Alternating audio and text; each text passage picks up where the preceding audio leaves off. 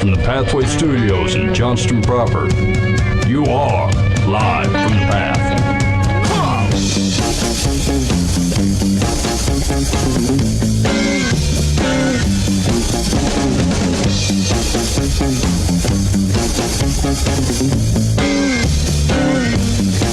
I am a working man, I get things done. Work for the Holy Ghost, work for the Son. I am a working man, oh yes I am. I am a special agent of the Lamb. Now I'm gonna wear your covering, I'm gonna wear your robe, I'm gonna wear your righteous mane everywhere I go. And you're listening to Live for the Path, coming from the Pathway Studios here in Johnston proper. Welcome to the program. Do you know that when Santa Claus, like back in the olden days when he was first Santa Claus, his catchphrase actually was ha ha ha, but then they had to change it because they felt like he was like laughing at people all the time? Oh, man. I had heard that, actually. I haven't. I just thought of that right now. Yeah. No. Yeah, what a coinkydink. I told that same story. All right, you're listening to Live from the Path. Here's got going on the program tonight. So we had been, over the last, few months of the show, been trying to tell, more personal anecdotes and things. And the well will eventually run dry. We're not that interesting of people. And so we do got a couple of things that are going on in the world around you that we might get to, and then we'll give some advice and hopefully get you on your way. And so that's the goal of the program tonight. The first thing on the docket, so maybe first question for the room, had you guys read any books by Philip Yancey? You know, I think I've put him on my list several times, and I've read quotes, but I don't know if I've ever sat down and actually read one of his whole books. Yeah. I'm never good with the popular book at the moment. You know, Yeah. I'm always like, which tells you that's my whole life. It's kind of So maybe I should be reading these guys, but. Yeah, maybe a good question too is because I haven't read any of Philip Yancey's books either, and I'm sure we're going to get to the reason why Ben's asking that question. But he needs a haircut. Yeah, it's wild for sure. It's real New York looking. Yeah, but at the end of the day, have you been guilty of idolizing is a strong word, but you know what I'm saying? Have you been guilty of maybe putting a preacher, teacher, musician, somebody up on a pedestal, and then when they fell, you're like, man, if he can't make it, what do I got? You know what I'm saying? What choices do I have? Are we just destined to screw this up? Yeah. We asked the question on the show one time, this has probably been years ago, but it was hey, if you found out these people were deconstructing or no longer Christians, who would hit you real hard? Would you be like, oh, man? Because I think the trouble is if you see somebody and you're like, okay, they are seeing the world the same way I am following Jesus. The right balance of all the things that you need to keep in balance and consider about. And so when you see someone that looks like you, or you have a belief, a kinship that you think looks like you, and then they gave up on Jesus, you're like, man. Am I being fooled? Am I on the road to whatever this behavior is, or am I just sad? Yeah, and even take it out of the celebrity realm. What if it was your what if it was your dad? Yeah, you're the pastor you had growing up or whatever. And you're like, come on, we're out here trying to fight the good fight, and the general that inspired you to breach the beaches at Normandy, and it turns out he's a turd. And you're like, come on, Oh, totally. Dan, did somebody jump to mind? No, what jumped in my mind was, I don't even remember who did this. When I was in my 20s or 30s, somebody preached a sermon, and it stuck with me about finishing well. And they must have given examples of some contemporaries that didn't finish well, you know, and that had strong faith, and all of a sudden it all blew up. And I remember, so since that time, there's been times it's consciously gone through my mind, man, you've got to finish well. Don't blow this. You have a certain reputation. You've kept your nose clean for, decades. I'm just not that guy out there doing wild stuff. And when the thought goes through my mind, hey, I should go do something wild, I go, nope, you're going to finish well, dude. And so I don't know, somebody helped me there, but I remember when I was in junior high, Jim Baker, the PTO club, that all blew up. Yep. And I used to watch him. And as a kid, I was like, man, I just felt bad for him. It didn't like destroy my faith or anything. I was just like, what an idiot. It's like, I don't want to do that. Right. Like what a disappointment. Idiot was probably a strong word. What a disappointment. Yeah. I think the thing that frustrates me the most, and like this is a new age problem, right? Like, to start, I don't know that anyone was built for celebrity. Like, I know it seems like the thing that you want. You want the adulation from a lot, and you're like, I've learned to get thick skin for my critics, and I'm just going to be strong and confident in being me and all this stuff. And like, it sounds like it's from a position of strength. It is for sure not. And like, as much as like I hate like having this conversation with like budding musicians or like future sports stars or people who like want to be actors and stuff, like in the back of my mind I always think, look, I just don't think we're built for this. I don't know that it's good for you. Well, like King Saul, King David. I mean, you can go right down the line scripturally. Yeah. We're just not. Yeah. We're just not made And for like that. like who wants to be the ho-hum religious guy that goes, look, you don't want to be famous. Yeah. You know what I'm saying? Like all the money that they're promising and people loving you, like you should shy away from that. Like you sound like a church turd. Yeah. You know what I'm saying? Yeah. A guy that'll be like, give up on your dreams. There's no fun in that, And so like like in my heart, I don't ever want to like crush folks who are like trying to aspire to do the things, but like at the end of the day, I want you to do all those things and not be a celebrity. Yeah. Because like maybe I could be very proved wrong. There's a couple people in Hollywood that they will speak and I'm like, I'm pretty sure that guy loves Jesus. You know what I'm saying? Just by what's coming out of their mouth. But like on the whole, you get to know what they want you to know. And like they paint a picture of who they are. And like you can be like, oh no, that's not them. They're great. There's 4 divorces behind all of them. All of them. Right? And I don't care which one you pick. All of them got that pain. Not that they're bad people. I'm not saying that. I'm saying they've had to go through pain in their life inflicted by their choices of being a celebrity. Yeah, you don't wish that on anybody. No. And like some of that is part of being a fallen world, and some of that is not, like trusting Jesus with the way that he said the place was designed. And like, but it certainly didn't help it that like your whole goal in life was to get the attention of other people. Yeah. Where like if I'm looking at like a marriage that I consider to be a safer place for you to be, I only want the attention of one person. Yeah. My whole life. That's all I want. I want to have a relationship with Jesus that is my first and foremost. And then as far as the world's concerned, if I can make this one lady right here happy and that what her opinion matters to me, then that's it. That's all I'm concerned with, Yeah. And like that, I don't know. I don't have trails of divorce behind me because of that. You know what I'm saying? My daughter, we used to, when she was in middle school or whatever, before that maybe, wanted to be like a rock star, like all kids, like, oh yeah. And it's like, well, she had a pretty nice voice. I thought, if you get the right training, get the right breaks, who knows? And so I had a lot of talks with her back then. It's like, that's back when, what's her name? Jessica Simpson. Yeah. It was like falling apart. And I was like, yeah, her dad was a preacher. I'd point out that stuff like, it's not what you think it is. I think she started out in strong faith and now she's going crazy. And so I always tried to, just like, go think differently, get involved with worship teams or something. But yeah, maybe the big star is not the way to go. Yeah, I would be real, and so the reason I brought up Philip Yancey, he's has written many Christian books. I actually haven't read any of them either. Yeah, but I do recognize like reading quotes and stuff from him. I think helpful is for some reason well respected. I had a positive impression of whatever I'd read or taken in from him before. It turns out he had like a 7 or 8 year affair on his wife. He's older. He's like 70s, I think. Like 80, isn't he? 78, 80, somewhere in there. Yeah. But had like an extended affair on his wife. So like it's like for a good 7 or 8 years. And just came out over the last few months or something. And so I just would be so like, I'm so aware maybe of my own fallibility. And I even think about, I think we've said this before too, we've been talking in these microphones for 15 years or something.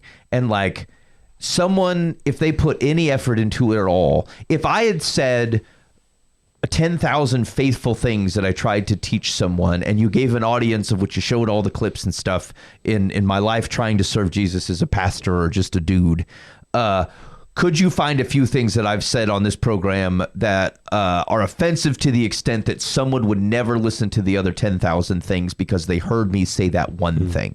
Yes. Yeah. You totally could. Probably to my shame or to your sensitivity. Both are probably in play. But like in general, but here's what I know is that in the living rooms or in the sanctuary that Dan teaches in, like these are people who have heard Dan and Mike and I say something where you're like, I don't know about that, but they also heard the other things and they're like, yep. Fallible dude leading us who does love Jesus and doesn't always get it right. And like, so you can be a healthy, fallible follower of Jesus, being a pastor or a worship leader or a worship pastor or like a youth leader or whatever in these circumstances. Once you get to the place where people are judging only on your output, not holistically, they don't know you as a person, you don't look them in the eye, you don't hold their hand when they're weeping, like now you're being measured on a completely different thing, and I'm not up to snuff for it. I don't watch my words that well. I'm not as articulate as I would need to be. Like, it's just not a field of play. And like, what a waste that like you could say 10,000 great things and no one's going to listen to those 10,000 things because of the one thing that maybe you said, unclearly, or they just twisted to make you look like a turd or something like that. It's like, in my mind, I'm like, it's not worth it. It would not be worth it to me. Whenever I'm trying to buy off going down that route, it wouldn't be worth it to me to think that I would lose the good influence with 50 people because I was trying to get an influence with 5,000 or something like that, Yeah. I think the thing that drives me the most crazy is like you had to have rolled out the red carpet for this thing to go on as long as it did, right? People always act like this sin was like they were sins of opportunity or they just came over you. Like 8 years is a really long time. Yeah. And before even the first time, like you fed it, right? Like it didn't sneak up on you. You knew it was coming. You put yourself in a position where it could happen. And then you mowed the grass, you cleaned the curtains, you dusted off the chair, and you invited it in there. And like it happens to the best of us. As broken humans, this is what sin looks like, right? But like when folks try to say, like the 8-year thing gets me, and this, like I said, this is not labeling this dude like worse than anybody else, right? But like, it's the same thing that we talked about when some of the church abuse stuff comes up. Like, what's with all this lying about it, right? Like, if you sinned in this way, in any way, right? Like, this is no surprise. It's not a surprise to Jesus. It's not a surprise to the people that are in community with you, right? Like, we are sinful, broken people, and it does happen. But like, how you got past 6 months, 2 months, 1 month, like I don't know. Like, that's the part where I'm like, if there's one thing that I find to be super disingenuous to the way that the gospel works is not that you did the sin, right? It's that you covered it up for X amount of time. That's the thing that I'm like, I don't understand that. I get really, because I realize that like when it's exposed, it's shameful. I get it. You know what I'm saying? Like, I've done enough things in my life where I'm like, I wish that I did not have to tell someone I did this thing. That's pretty bad, And so like, I understand like there being a period of time where you are so fraught with the thing that you did that you're like, I don't want to tell anybody. This is terrible, but like, I don't know how it gets there. I don't know what's a time period in my mind that makes sense to me. You know what I'm saying? But like a year? A year you pulled this off, like wrestling with this thing all while espousing the gospel, and saying all these great things like that. Like, I just don't know. It feels like the Holy Spirit was just thrashing your insides and you at a raw power just decided to continue on. I just don't know how it could be done. That's my struggle with it too, that I have a lot of grace for people. I mean, people make mistakes. We are fallible people. We err, and sometimes we slip, sometimes we fall, sometimes we intentionally do things.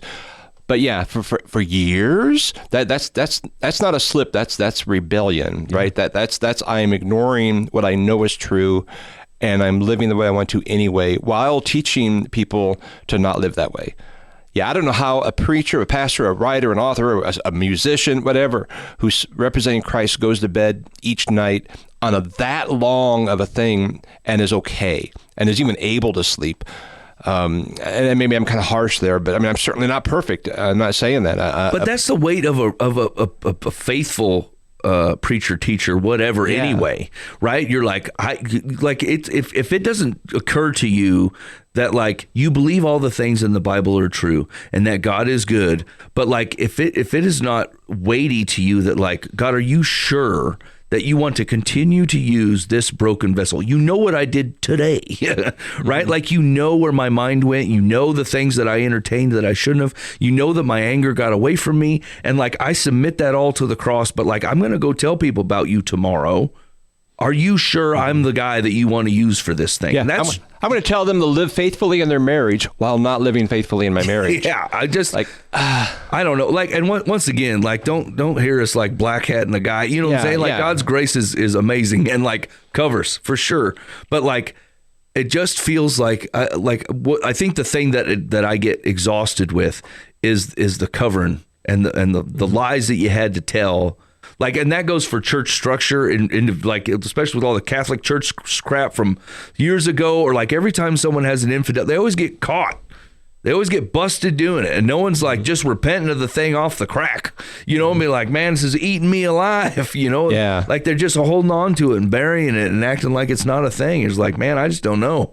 And I hope he's truly being repentant in his heart of hearts. And it's like, it just hit him, like you said, and just like, man, I can't believe I let this go this long. And that's why he's confessing now. Yeah. Who knows? Who knows? But I mean, like, once again, we wouldn't even be having this conversation. Like, I don't know this man. You know what I'm saying? Like, these are congregational and community like conversations to be having. And once again, like, I don't know. That's the thing is like, Paul's a celebrity. You know what I'm saying? He wrote books, you know? And so it's not like I mean, David's a celebrity. He could barely have done anything worse than what he did. Truth. Yeah. Like, that dude grabbed every possible trophy sent out there and been like, I was part of something like that. I actually saw someone talking about this, and there were some pastors and other leaders who were like, hey, we're burning Philip Yancey's books or whatever. I'm like, and the dude was like, you going to burn the Psalms? right. Which, like, but there's still value in there. Yeah, and like, it's so interesting because if you were to chuck out all output created for the kingdom by fallible people who have sinned behind it, you would have nothing to read, write, or listen to. And so, like, I don't have that reaction at all. I don't think it's necessary. Like, his hypocrisy notwithstanding, it doesn't mean that actually there's not something good in it. In the same way that, like, some of the stuff that comes out of, depending on the location of the Hillsong Church, I'm like, well, some of these tunes are still good, actually. Yeah. And like, even if I think about, there was something else that was on my mind. I lost it. It wasn't his books. It was something else. But like, regardless, is that like, fallible humans produce. Well, take Jim Bakker. It still was formative.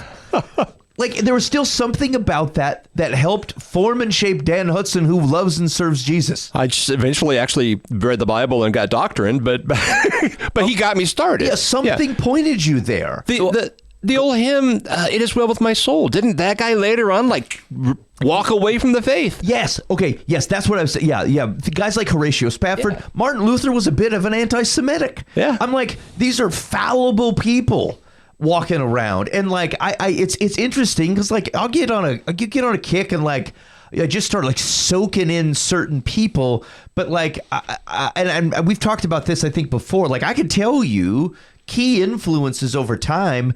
Every one of those people, well, save one, has like let me down or like caused me to go, nah, I don't agree with that, actually. Like, I've never run into someone, there's an arrogance, I guess, on your own to go, well, they don't agree with me. What's wrong with them? Yeah, but like, you know, you take in information from people, and people who I really respect, almost all these people who are smarter than me, and I'll listen to it, and then at some point I'll go, I actually don't think that part's right. And which is, in some ways, it's like, it's because I don't trust a human being. Like, why wouldn't they be fallible? Of course they would be. And so I think it's unnecessary. It's like a play. It's a fake outrage to go burning bugs. It's dumb. Just take from it what is good. But and maybe even the surprise. Maybe it's because we have got David as an example and a somewhat anti-Semitic Martin Luther and Horatio Spafford, and you're like, And Paul, and Peter, who's siding with the circumcisers as a wuss. Right. The guy who's willing to like take it to the world is a sissy when like the Judaizers show up, and you're like, well, and the girl in the courtyard, and you're like, where is the surprise anymore? Like, I don't know why your heart should melt a little. There's probably a little bit of disappointment. And then you think to yourself, gosh, man, but for the grace of God go I, that really sucks. And now you've got something else to overcome where someone like amplification of your voice for Jesus brings the risk of your sinfulness becoming amplified in that same conversation. And so now we got to work around it again. Yeah. So like I sent a text to somebody earlier this week where I'm like, I can't help it. I see Jesus everywhere. Like I hear this song by like a 90s, like to early 2000s rock band, got nothing to do with Jesus, right? I hear it and I'm like, this reminds me of Paul going town to town. You know what I'm saying? And like I think if the same Holy Spirit that can take God's words inside of his Bible and convict me and show me things and open things up to my eyes, he does the exact same things with all kinds of life situations, right? Music that is secular. The song was about getting off drugs. That's what the song was about.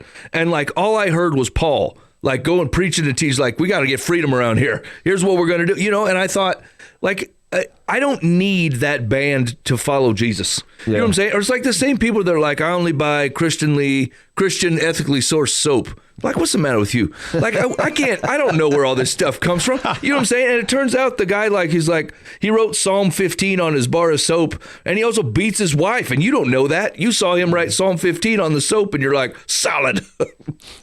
It's got to be good. I was at a conference for like artists and we I don't know, just all kinds of like a Christian art thing, and like they often get the questions like, you know, is it okay to write like secular stories or something like that? And like I think the guy's response was something to the extent of like, have you ever met a secular tree? Like the world around you is created out of the hands of Jesus. Like, what are we talking about? All story, like there's not really a thing where like it's a secular story or a Christian story. Like creation is by the hand of Yahweh. Humans are created by God. These are all ultimately creator-driven stories. Now, I mean, don't write smut or something, but like you also don't need to be guilty that like, hey, I wrote a poem or a song about the peacefulness of the brook, but forgot to point it out to the redemptive power of Jesus Christ. So like, what are we doing? Like, what? I forgot the deer that came to was panting for the water. That's right. Right. Just like people feel awkward being like, hey, I really love my wife, but it wouldn't be possible without the redemptive work of Jesus on the cross. You know what I'm saying? And like, I think sometimes like we get real freaky about that stuff where we're like, if there's a difference in like driving your faith around, right? Or like driving a bus with your faith written on the side of it and being like, I have no dimension. I literally just like praise the name of Jesus all the time. And if any of your life problems are lost on me completely because I don't understand human interaction or stress or having to work for a living. I just know Christ crucified. And you're like, Paul, look, man, I'm just looking for any kind of hope that Jesus has talked to about life circumstances over the 1,000 pages we burned in the Lord's word. You're like, nope. Cross. You know what I'm saying? It's like, that's really narrowing it down to a fake word. Like, people are like, I just don't even know if I can buy, because it's not good news to me. You know what I'm saying? The good news you're telling me, like, I'm having a hard time seeing where it fits into my life at all.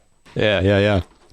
I think some of the glamour of like these big popular authors was lost on me in the 90s when I started, and this is just in a very small world though, but I was in a little town and I was writing a weekly column for a newspaper, and I'd be like, man, this thing's due in 30 minutes. I forgot about that. And I'd sit down and, throw something out, 850 words.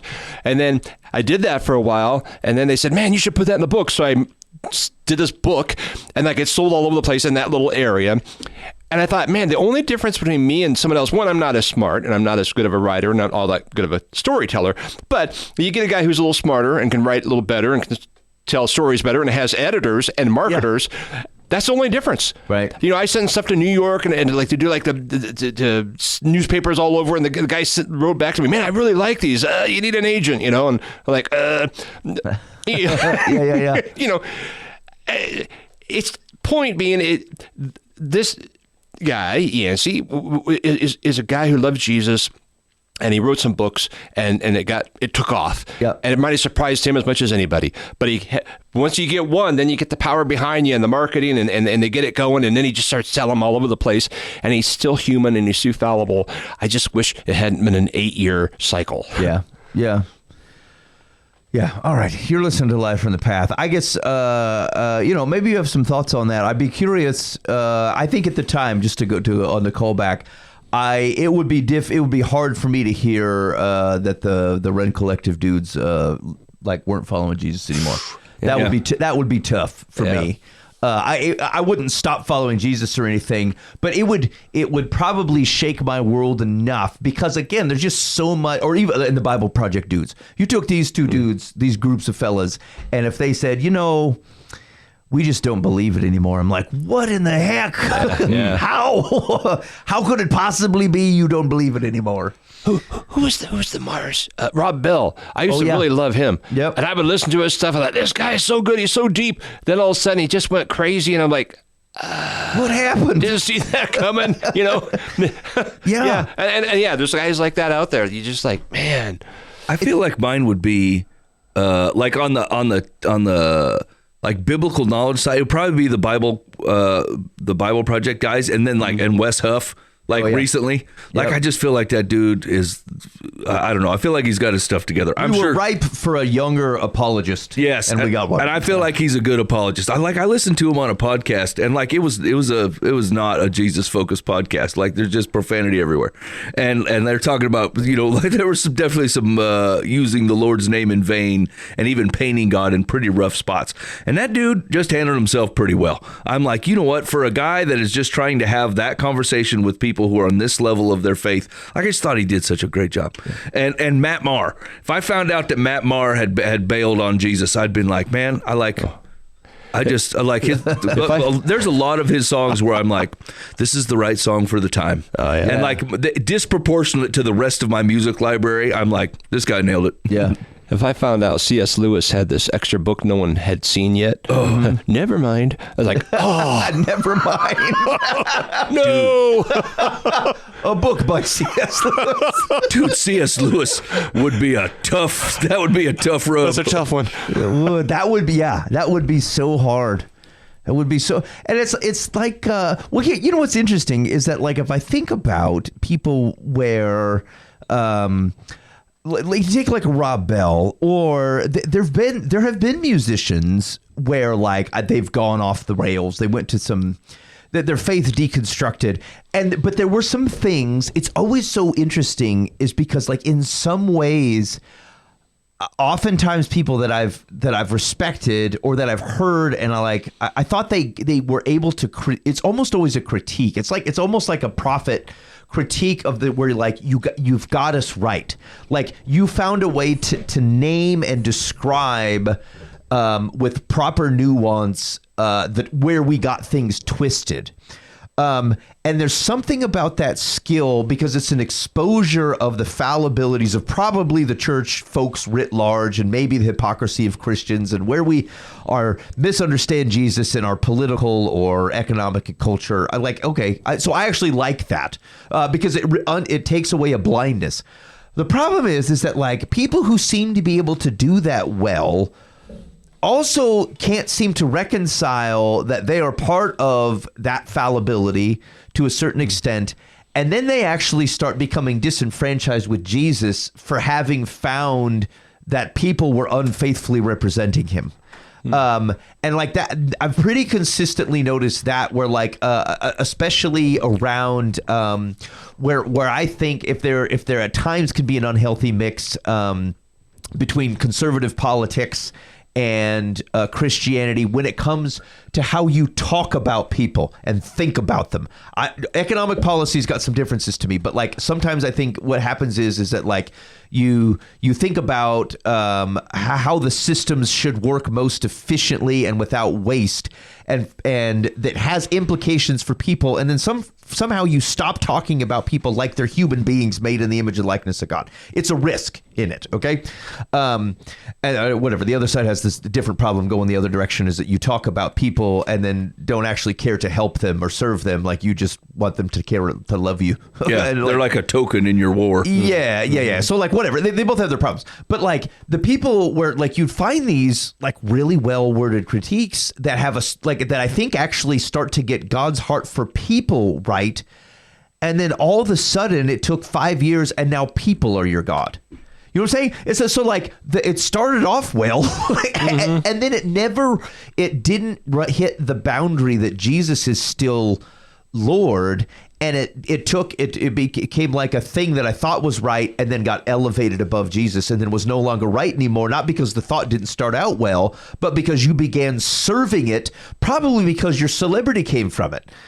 It was the thing you said where people were like, boy, that really got that right and then you became known as that thing. You gave 30 talks a year for 5 years. You made $800,000, and now you're the guy that talks about that all the time, and now your living is based upon that particular talking point. It's no longer around the full counsel of Jesus. Yeah. And this is where the books become a problem, and like sermon series become a problem. Like, you just get famous for a thing. Like, I want to hear that guy talk about this. And then you kind of lost control of your ability to teach a full gospel. And your money is tied to it, and your prominence is tied to it, and then you run the risk of serving it. Doesn't happen to everybody, but like, I think that feels like the pattern that people hit. I feel like it happens to like especially with the prevalence of like the Instagram preacher, or like the 15-second snippet you get on Facebook or whatever, and you're like, man, I don't know, fellas. Like, we talked about this a couple months ago, where I'm like, I just don't. It was when we were talking about that Holy Spirit guy again, and I'm like, "Hey, is that guy paying you? Because you've said that Holy Spirit guy every show for the last 3 months. Do you get a quarter every time you mention his name? I don't even know his name. I couldn't find him again if I wanted to. Like, but he's made such an impression on me that I'm like because he exposes a bunch of possibility and what I find to be a bunch of risk. Yeah. And so like I keep thinking, like, he keeps popping in my head, because like what we talked about is like if should you even allow yourself to be on this platform knowing that like you can't, people should be weary of you, right? Like, you're not my pastor, you're not in my community. Like, you edited this video, it's put together in a way, and it's got polish to it. None of these things are sinful or bad, but at the end of the day, you're not here for any of my follow-up questions. You're not my pastor, and so like, we can battle out in the comments with the rest of the internet trolls, which you shut off because you found damaging to your emotional status. And so you're like, all people do is crap in the comments and whatever, and I'm not going to engage every keyboard warrior that wants to cause me trouble. Well, I mean, what about the people that like have an honest question, like, how does the Holy Spirit work or whatever? You know what I'm saying? And so like, what did you do then? Right? You did put out a little bit of teaching, but as far as the Bible lays it out, like, teaching is like one aspect of the way in which the gospel is put out into the world. And like, you skim coated the cream off the top and went like, this is the thing, and like, I don't know. To me, though, it always feels like there's a responsibility that if you're going to introduce people to Jesus, right, you need to set up at least, like, you're on the hook for these folks. So like, you either need to set up community or infrastructure to hold them and find a preacher, teacher community to that they can be a part of, or you're doing it until you get that set up, right? Like, and maybe that's not even biblical, right? But part of me just looks at it and goes, if you're going to be the guy, you're not a fly-by-night operation, right? Like, we have a communal setup in the way that God asks us to live, and like, if I'm going to preach or teach Jesus into your life, I feel like I'm responsible for you and to help and getting you into a community that's going to sustain you. Sorry. No, that's it. I always heard that Billy Graham, when he came into town for his big crusades back in the day, that he had all these churches, local churches, lined up to receive people. If they all come forward, I want Jesus. Like, well, here, that's your next step. You got to be in community somewhere. Yeah. And I thought that was kind of cool with him. That is cool. And like Billy Graham, like, if you don't see him doing those types of things, he's an easy one to go, look, they brought 5,000 people in here. They got them all to come up and they just left him wet. Yeah. Or they left him saying a thing. But like, he did do more than that. Yeah, he did. Was He prepared did stuff for behind the scene. There was a whole team. Yeah. Paul, I mean, and we have every indication that, like, I mean, Paul's not just going on a tour writing letters and like he's planting churches. John's planting churches. Phil's planting churches. Like these guys they're church planters, and that's the only reason, frankly, that we've got some of these letters. They're writing to places that they've planted. Yeah. Hey, Timothy, go back and check on Thessalonica. Yeah. Tell them we did the thing with your penis, and they'll listen to you or whatever. Like I just remember he got circumcised. And so anyway, like it's just. Yeah, I think it's a caution, but like, also be careful not to overreact. Like, I just don't. If this man or anybody that you ran into, like Mark Driscoll's got his fallibilities, he still said some things that were helpful to me. Mm-hmm. He's probably still saying some things that were today. I stopped listening to him for the most part. He's he's too gabby for my. But there's also guys who were like super influential to me 10 years ago, and I'll listen back to it now. I'm like, yeah. This was good. Yeah, but they're not like, I'm not like trying to burn through all their stuff anymore. Like I now I get a flavor. I understand what they mean, and I understand how they apply to other places. I'm like, thank you. Okay, we're moving on. And so, and whatever. There's actually interesting to think about. There's people who listened to this program for the first 5 years, and then after that, they're like, yeah, I mean, blah blah blah. They keep saying the same crap, and I know what they're gonna say, and so I went on to something else. I'm like, great, deepen it up, man. You probably, if you've got the hit of it. God uses for a season. That's right. It's time to move on. All right, you're listening to Live from the Path. Thanks for hanging out with us so far this evening. The only other thing that'll bring up, and maybe then we'll do some advice. I just with there's some the stuff going on in the country, and this probably doesn't have to be specific to like all of the current events. This is probably true at any event in time. But as you look around of things going on in the news, we've got political contention over, again, immigration policies. You've got altercations between American citizens and immigration officials, and violence and threats of violence, and like people's I don't in the invading of other countries, the threat to invade other countries. There's a lot going on around here, and like my reminder to you. Regardless of whichever political persuasion hits you at any given day, or maybe you think you have a healthy mix, is that you are a follower of Jesus first and foremost. And so I just want you, like if you find that you open up the news, and I'm a guy who opens up the news, is that like if you're not in the habit of praying before you start taking things in, maybe you should start. For heaven's sakes, before you start giving your opinion to someone else, I want you to pray about it. And I want you to make sure you're talking about people in a healthy way that reflects that they are in the image and likeness of Jesus, that you weep with those who weep, that you recognize justice is a valid thing, and that the people of Jesus do care about that. We care about the truth. And like, here's the thing. My listing of those things, depending on what you already think about the world, has caused things to pop up. You're like, oh, no, he's getting at me about this. And then I said the truth mattered. And then you're like, oh, crap, I kind of believe that too. And actually, I think that's what the problem is. This is what I'm saying.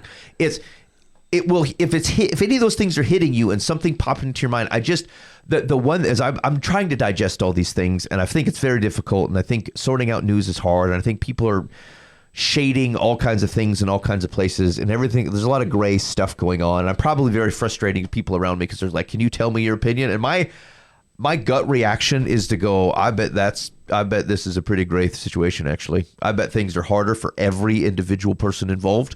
I bet no humans believed that the moment was going to be what the moment was, whether you're in Minnesota or Venezuela. I just don't think that, like, I don't care if you're a dictator. You get picked up with next to your wife and you've got kids. Or like, there's something in there that's a human thing in addition to being all kinds of other things. And so I'm just saying that, like, just be careful. I want you to be prayerful. And like, if you don't pick up the newspaper before you pick up your Bible, and frankly, if you can't handle picking up the newspaper, you should stop. Same thing with your social media feed. And for heaven's sakes, just pray that you're getting God's eyes before and heart on the world around you, mercy before you start opening your mouth. And so that's been, maybe I should just say that once a quarter or something as a fresh reminder of how you take in the world. All right. Ready? Yep. Dear Life from the Path, my wife of 3 years has no respect for me. She calls me vulgar names in public and thinks it's funny. I have a bladder control problem, and she brings that up in public all the time. I am starting to resent it. I love my wife, but I don't like feeling this way. Please help or give me some advice. Starting to resent it. How long did that take, buddy? Wow, Hey, that's just gone kind of mean. Yeah, you got the patience of a saint. If one time, Yeah. if I tended to pee myself and my wife thought it was good comedy fodder out in the middle of public, I don't think it would take long to resent it. I think it would instantly be like, what the heck, woman? Yeah. Come on, that's like my most vulnerable, terrible thing I do, and you made comedy out of it in front of a bunch of people? What's wrong with you? I thought it's okay. I laughed a little because that felt like it took a really sharp turn in Albuquerque. Yeah. Like my wife is mean to me. By the way, I've got bladder control issues. Like it just What? I didn't see it refined. So it was more of a surprise laugh. Sorry if you have bladder control issues. I actually find quite a bit that what occurs in when I'm talking with my wife or it more tends to be when you're addressing each other and kind of in a more passive way or something. And the next thing that comes out of my mouth is like, why are you talking to me like that? Like, what did I do something, or like, did you forget that I'm like your forever dude and we love each other? And like, I don't understand why that happened. And so let's get whatever maybe in the Barry out of the way, and then we can go sort out whatever the things. And she probably has every right to say, I probably also do that, where I've like been impatient for no reason or something. But like, I'm kind of hypersensitive to it, because the reality is that like, why are we talking to each other this way? Like, the notion of our marriage means like we're after the best here. And so this guy with a 3-year wife unloading on him out in public, mocking his whatever problems he has, like, you're in a rough spot, my man. Yeah, they need to do some counseling to get to the root of this, more than what we can do for sure, but have a professional kind of weed some of that out. Like, what's going on? Why are you doing this? Yeah. Why are you trying to humiliate your man? And how do you move forward? Yeah. Now, the things I have cautious about. He's provided no context, really. My wife calls me vulgar names and brings up that I have bladder control issues in public. Yeah. Okay. She sounds like a she-devil. I'm guessing there's probably more to this. He could be doing some of the same things to her. Yes. Yes. Like, I don't, like, if you... My wife has the yeast infection. It's like, what? Yikes, Dan. I resent that. One time. Sorry, the guy who's in like the middle of the public square, just like proclaiming out. That's funny. Yeah, so like, I don't trust what we've gotten, simply because I've never had anybody tell me a story where they were not contributing, did not have some understanding that like, oh, by the way, her parents had an extremely unhealthy relationship. I probably didn't date her long enough, or I caught her on a rebound. We cheated on each other. Like, I don't know. There's definitely more here than what this man is saying. And so what I don't want to do is use off every bullet I have in her direction, only to find out after the casings are hot and steaming on the ground, her to go, oh, by the way, he kicks my dog or something. Like, we don't have enough info. Yeah. What I'd like to know is how old is this man? And has he had an 8-year affair? And now his wife's getting revenge. Yep. Wait, but they've only been married 3 years. So, okay, that's not... Bladder control, though, could be that age. I mean, group. is it an age thing? Yeah. Is it a health? Is there that he? I don't know what health things would lead to that. Yeah. It feels like But you why would have... you laugh? It feels like there could be all kinds of stuff in here, right? But the truth of the matter is like, what you found to be fine and acceptable, you are maturing out of, and like, she just isn't maturing at the same rate you are. Where like when you first started dating or whatever, you called each other vulgar names, and you're like, ha. You know, kind of like a playground romance here. You know what I'm saying? Yeah, and then as you matured a little bit, like, she's not growing at the same pace you are, and like, you haven't said anything about it. And then now you're just storing up hurts. And so like, I think number one, you probably should go to counseling, but 2, like, have you told her? Yeah. Like, have you even had that conversation with her? And like, what it's going to feel like is you're embarrassed, because either it used to be fine or it was never fine. And if it's never been fine and you've never said anything out about it, and now your feelings are hurt like a wuss, you're afraid your wife's going to think you're a wuss. I get it. You know what I'm saying? But like, look, if you love her and she loves you, like, you got to tell her. You just got to tell her that this is how you're feeling, and be like, what do you think of that? You know what I'm saying? Yeah. And actually, one of the interesting things you have here is that as you it's not to Mike's point. I think it feels like kind of a wuss thing to do, to be like, I don't like when you call me names. My feelings are hurt by you. Yeah, but here's the deal. You're the one person that I gave permission and to expose the ability to hurt my feelings. That's it. That's what marriage was. It's like one person where you gave the armor of steel to the rest of the world. This is the person where you said, I'm agreeing to allow you to shape me. That's what your marriage should be doing, like, for both of you reciprocally. And so the reality is that, like, if this person is abusing that, you most definitely need to say something. And it's not a wuss thing to do. Don't say it like a wuss. Do it with every confidence. Hey, I don't appreciate the names that you're calling me. Like, I need you to build me up. Yeah. I don't need you. Like, it's not helping me to tear me down. And it makes me feel bad about myself. And like, but the risk is, frankly, that like, if you can't speak to me in a way that otherwise encourages me and builds me up and helps me to refine to be a better person, the only thing I can reasonably do is stop listening to you. Is like not allowing you to do that. And that would be a real shame for our marriage, because like, you have every chance to make me better. I believe in us. I believe in your, like, our ability. I'm presuming these things are true. You thought you had a good marriage. So like, I believe this is what's possible for us. And like, every once, you sometimes just have to do that. And like, you don't pout about it, and like, don't stamp your feet or have a tantrum. But like, you can also go, look, I said, for better or for worse, I would be with this person, and I would give them the access to help refine me. But if between you and Jesus, that's not what this is, then you just get to go, I'm not going to let that hurt me. I'm not, and I still actually have to help guide my family, my young family, through this, and even help lead this woman on what it means for us to be engaging healthily. And so you got to try not to be so offended about it. It's hard because this is the person that's allowed to do that. But like, I think you have to be careful. I do think you have a responsibility to here go, I recognize that this is not healthy. I'm not going to allow that to change whatever I should know about what confidence I should have about myself between me and Jesus. And now I have to, it's okay for me to go, I don't, no. I reject that.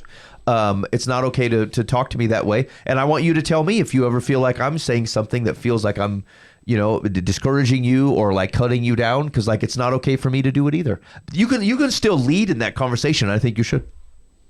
All right. Secular says, if I'm reading your letter correctly, then it seems like therapy is in your short-term and long-term future.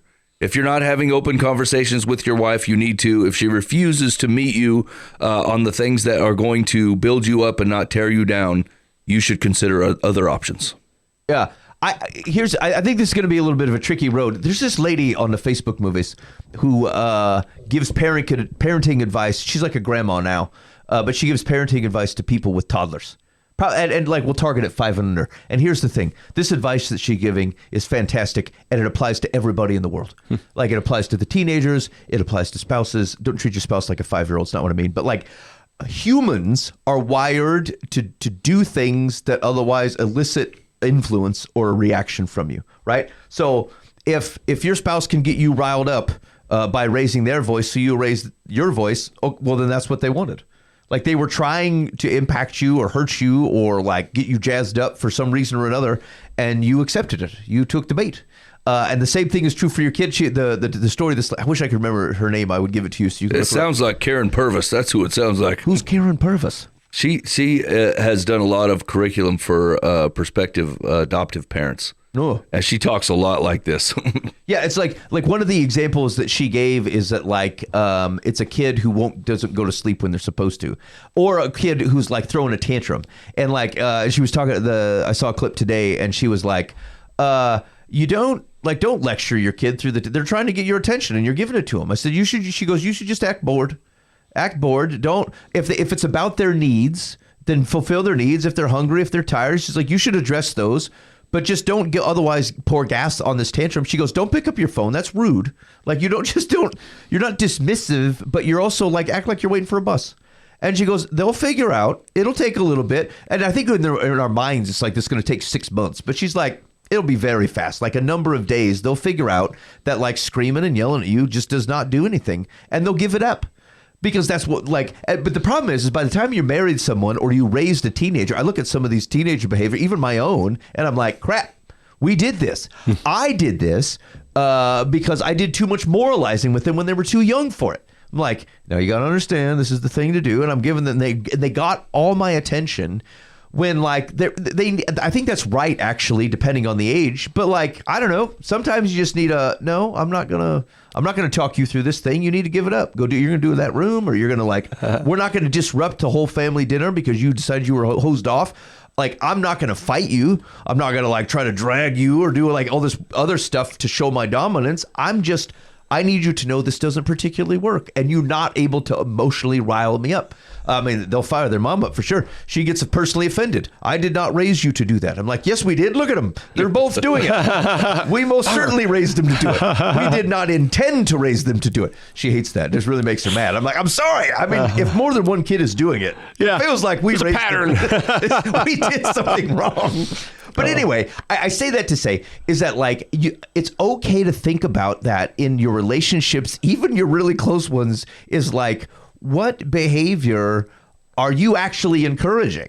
Like, if your spouse, sometimes you just want to get the person riled up. You want people to know you're hurt, and you do it in unhealthy ways. And so you get a tattoo or get a bumper sticker for it, but, like, you just both can't be out of control at the same time. And so if your spouse is losing on you, you just don't feed it. And, like, don't dismiss them. Don't be cruel. Don't, like, treat them like they're nothing, but just like, I'm not willing to be riled up by this. And so anyway, it sounds like you got a lot to work through, but that problem is blown up, but I think it happens in 1,000 small problems in every marriage. And just, like, be the grown up, be the person who goes, my marriage is important to me, and so I'm actually not going to allow this to harm me, but I'm not going to be cruel or dismissive about it. I'm just going to take it easy. And then whatever, hopefully my wife is able to do that when I lost my cool. Actually, this is one of the major advantages of being in a marriage that's centered on Jesus too, is, like, you're not your marriage's Holy Spirit either. So, like, there are some things that obviously you need to talk out and be addressed, but sometimes people are just people and they're on the struggle. Yeah. Right. And so, like, you pray for them and you love them. And, like, if they're seeking Jesus, the Holy Spirit will help straighten some of this out. You know what I'm saying? Like, you don't have to be the enforcer all the time of good, right, and wrong. Like, sometimes you can just be the person that goes, I hear everything that you're saying. Yeah. You know what I'm saying? So, like, Christ-centered marriage is definitely the ticket. Think of Mary Bailey in It's a Wonderful Life. After her husband, like, knocks all the crap over and yells at the kids and overreacts and puts all this business, and then he storms out of the house, and what does she do? Lord, be with my husband, George Bailey. Yeah. And then goes out and serves him and solves the problem. She didn't think, like, what a butthead. Yeah. She's like, my husband's obviously the man is torn up. I love this man. She had every right to be pissed. Instead, she, like, looks at him and goes, obviously, this man that I care about is very much struggling. There's something wrong. There's something going on with him right now.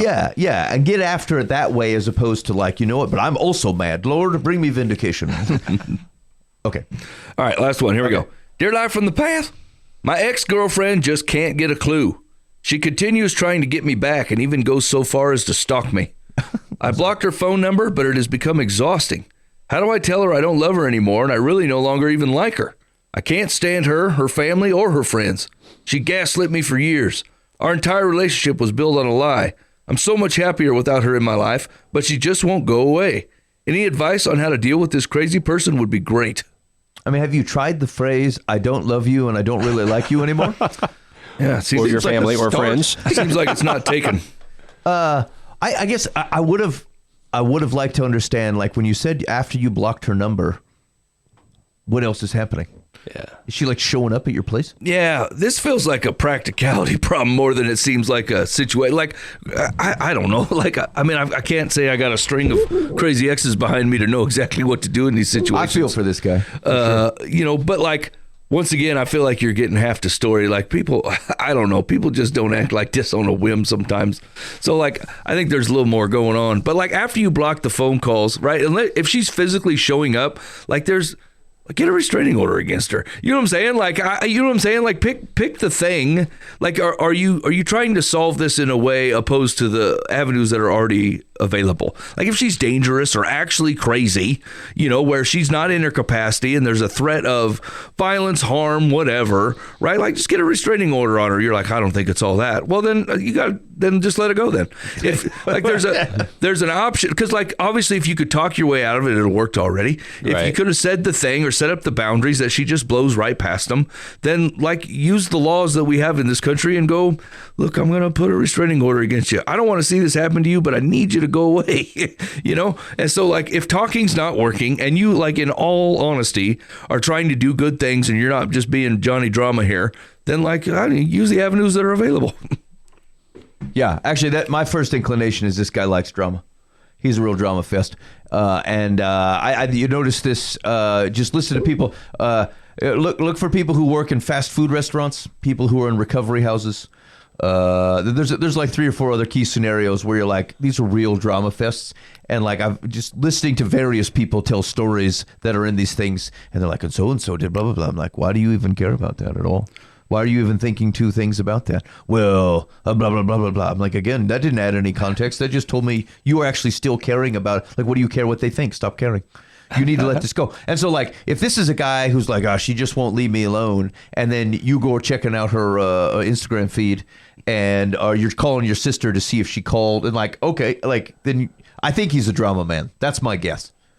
My guess is he's invested in it. And it does, like, once again, like I have like 10 more questions. Like, are you still like sharing the same friend group on social media?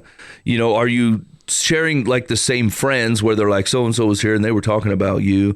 Do you still go to the same bowling alley on Tuesdays or the things you used to do? Like if your life was that entwined and you haven't cut that off completely for the sake of sanity, then some of that is on you too, right? Like they're like, I shouldn't have to give up all my friends. Here's the thing, man, you got together with a gal and I'm sure you made promises you didn't mean and she did too. And then you acted like y'all was married. And they're like, this is what happens when you say you're going to start a life together and then you decide to bail on it. And so like, it's going to be a little gross. That doesn't really excuse her behavior. Like you're saying, if you've been upfront and honest and straightforward and not just been playing text messenger phone tag with people, but overall, like there's more options than you're giving, and you're not choosing the options that will definitely solve your problem. Yeah, I'm a little, if he would have said those very clear things, you feel like he would have described it that way. How do I tell her this? Tell her that. Yeah. It's like, yeah. Oh, he did ask specifically, how do I tell her I don't love her anymore and really no longer even like her? If you've stopped short of saying that, then this is on you. Yeah, this is your problem, man. She still thinks the door's slightly open, and you must be one heck of a catch, my friend. Yeah. Yeah, or the pool is real shallow. Like there's only 2 goldfish in the sea. And the other guys, whatever, by the Russian bride. I've known way too many people in my life that are like, yeah, they blocked me, so I called them from a different number. Like, what? Hey, man, this is the effective door shut. You know what I'm saying? Like, you're at their house and they say, get out, and then they shut the door, and you're like, I'll go in the window. You know what I'm saying? Like, what a bold move. Like, to get the hint, bro. Actually, that is the problem, though, is that, like, people do that kind of stuff without actually saying the thing. They're just like, I'm blocking you. I'm like, okay, I mean, how do I, like, is this like, hey, I need you to cool off, or like we're done forever? Okay, yeah. I'll tell you the 2-second story, well, 2-minute story. So someone blocked me on LinkedIn. And on LinkedIn, I've only been ever blocked by like one person in my life, and it was this person blocks me on LinkedIn. And it's because they were right to be mad at me. I had, whatever. I got some information about like people moving between companies and stuff. And like, it felt rumorish to me, but there were like enough people that it felt like it was going to impact our business in such a way that like, hey, there might be 6 to 10 people who are like thinking about going somewhere. And so I shared this information with some other folks to try to like, I thought, well, maybe we need to be a little bit more aggressive on some pay bumps and some, stuff like this. It was the first time I'd ever been privy to information at like kind of a higher level within a company about those kinds of things going on. And in retrospect, I should have protected it much better. I should have been thoughtful about how it might come back on someone who shared something with me. And maybe they shouldn't have shared it with anybody, but I certainly should have been trustworthy with it. And so it ended up feeling like gossip, even though that wasn't my intention. And they had told me something, I think with a level of thinking that I would keep it in trust, and I didn't do that. And so in retrospect, I think they had every right to be mad at me, and I didn't handle it how I should have. But the only way I found out that it caused them harm is like I just got a message and it just said blocked. Like what the heck happened? And like by the time I figured out what had happened, I thought, oh crap, I owe them an apology. And I didn't have a way to give it. Like I didn't jump on Instagram. It was it was a work connection, right? So it's not like I don't have a home address or anything like that. And I thought, and like that sat with me for the longest time because I thought like I can't repair the thing, but I owe them an apology. But maybe some of it felt self-serving. Like I want to be able to say I'm sorry. It will relieve me of some sort of guilt or something. But there's probably some element of that to it. But I felt like I owed it to him. And it took me a few years. It took until last year where I figured out that actually I could still message them on LinkedIn, and they probably wouldn't see it because I'm not like it's like if someone tries to message you on Facebook, but you're not friends, it goes in a bucket. It's probably in there, and they probably won't ever see it. But I did end up messaging them, and I apologized and said I'm sorry. Like I shouldn't have. I didn't handle this well. But the crappy thing is that like they at least deserved an apology from me. I owed it to them. And I didn't even understand what the nature of the situation was until it took me like months to figure out what had actually happened to even get. And if they'd have just said, look, man, I told you something in trust and you abused it and I don't want to talk to you anymore, at least I would have known what we're dealing with here. Yeah. You know? And so to that point, like, I just have heard a lot of people were like, well, they blocked me. I'm like, well, why? And is it a permanent? Well, I don't know. They were just mad. And so it's like the hanging up of the phone, except for like, just don't look at your messages from them or something, as opposed to this blocking situation. You don't know what you're reacting to. Bring back the non-block. Say the thing. I think I've blocked people before, and I can probably think of maybe 5 times where I've told them why, and maybe a couple where I'm like, I just can't do this anymore. Yeah. Like the answer is just no. Like the it's crazy ex-girlfriend. Like I just got my car and left, and that's all. I don't want to talk about it anymore. Like there's no more conversation to be had. I said my piece. Over the last months, that's it. We're done. But so the only difference would be is that like if you left the next time they tried to call or something, don't you feel like it's incumbent to go, look, this is it? Unless you said it as you were driving away. Because if you just drove away, it could be like, oh, I don't know, maybe they're just mad at me. Yeah, I suppose. They're going to calm down. Yeah, I don't know. Maybe people lose their decorum when they're fired up. You know? For sure. Maybe. Okay, let's. Secular says, continue to avoid your ex, and if you see her, do not acknowledge her.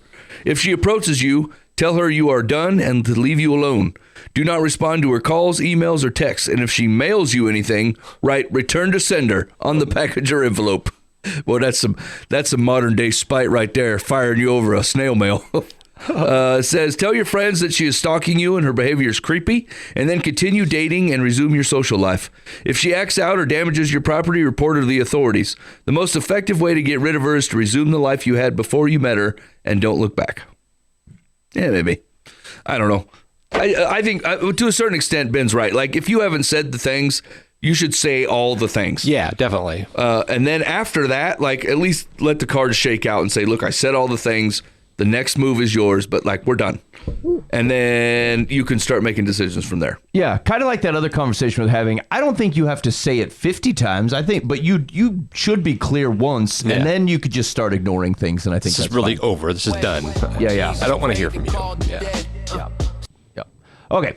Hey, you're listening to Live from the Path. I appreciate you hanging out with us this evening. And I think we're out next week. I think there's other things going on. And so we'll probably have a reprise for the next show, but after that, maybe we'll be in for a few. In the meantime, be faithful to the means. God will handle the ends. You've been listening to Live from the Path.